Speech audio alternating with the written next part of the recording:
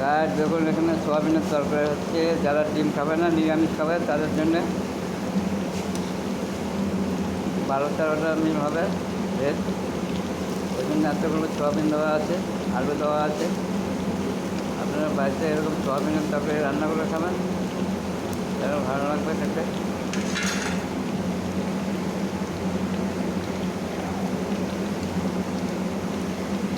তাই আপনারা like share করবেন, কমেন্ট করবেন।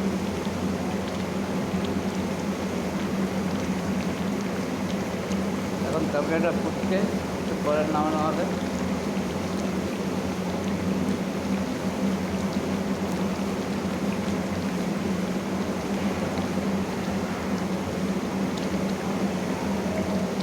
আপনারা এরকম বাড়িতে রান্না করে খাবেন, দেখুন ভালো লাগবে সোয়াবিনের তরকারি।